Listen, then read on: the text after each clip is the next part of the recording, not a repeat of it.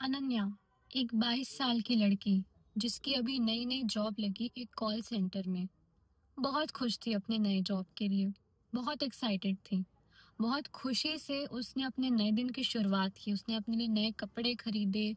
हर एक चीज उसने अपने लिए नई खरीदी just to look good in an office.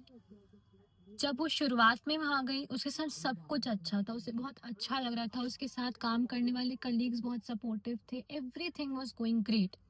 But एक रात जब उसकी लगी नाइट शिफ्ट, हुआ एग्जैक्टली क्या।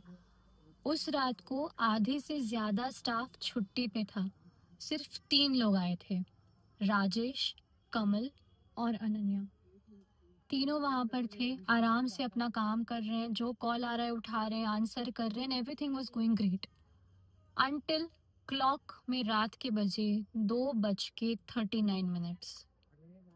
अचानक से एक कॉल आया अनन्या के इंटरकॉम पे। उसने उस कॉल को उठाया। उसको सिर्फ किसी के जोर से सांस लेने की आवाज आई और सांस छोड़ने की आवाज आई। वो समझ नहीं पाई कि आखिर चल क्या रहा है, पर उसने सोचा छोड़ो, जाने दो। फिर उसने कॉल रख दिया। उसे दोबारा कॉल आया। उसने उस कॉल को उठाया। फिर से वही आवाज आई, लेकिन इस बार एक आदमी की आवाज भी आई, जिसमें उसने साफ बोला था कि तुम्हें आज काम पे नहीं आना चाहिए था। लेकिन अनन्या को ये लगा कि हो सकता है कोई उसके साथ मजाक कर रहा है, कोई टीम का मेंबर। तो उसने कॉल रख दिया। उसने फिर चेक करा कि आखिर ये कॉल उसे आया कहाँ से था। जब उसने ट्रेस किया तो वो कॉल बता रहा था उसी बिल्डिंग की बेसमेंट से।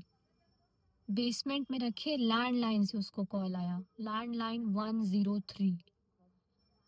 उसने कमल से पूछा कि ऐसा कैसे पॉसिबल है, वहां कोई अभी है क्या।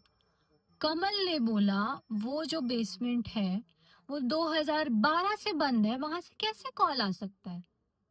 तुम्हारा वहम होगा। अनन्या ने सोचा छोड़ो।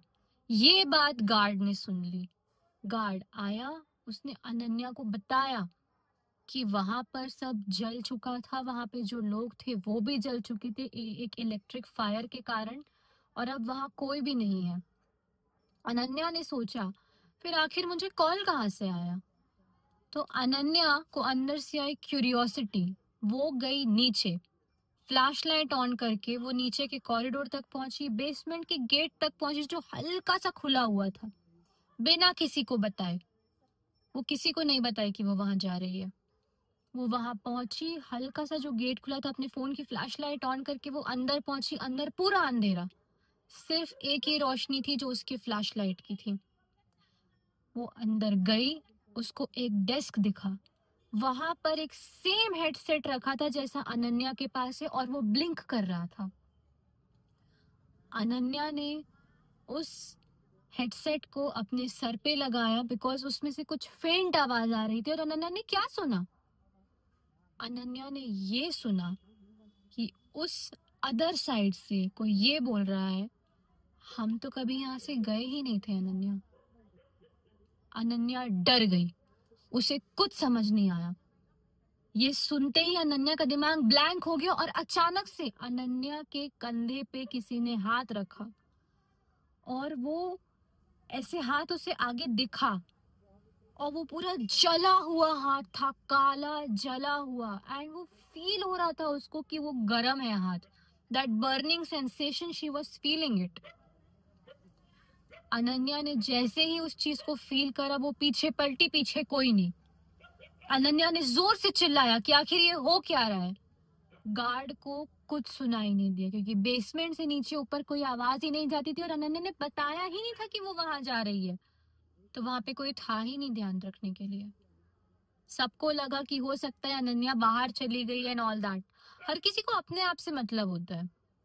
नेक्स्ट मॉर्निंग नीचे जब वो लोग जाके ढूंढ रहे थे अनन्या को, क्योंकि उन्होंने लास्ट अनन्या को नीचे जाते देखा था और उन्हें लगा वो वॉशरूम गई है या तो वो बाहर निकल गई। जब वहां देखे तो बेसमेंट में ताला लगा हुआ था बाहर से। वहां कुछ नहीं था।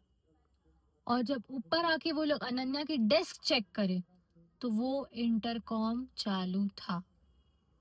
और उसको जब एक बंदे ने, किस कमल ने जब अटैच करा अपने सर पे, तो कमल ने ये सुना, तुम्हें यहाँ नहीं आना चाहिए था, अनन्या की आवाज में।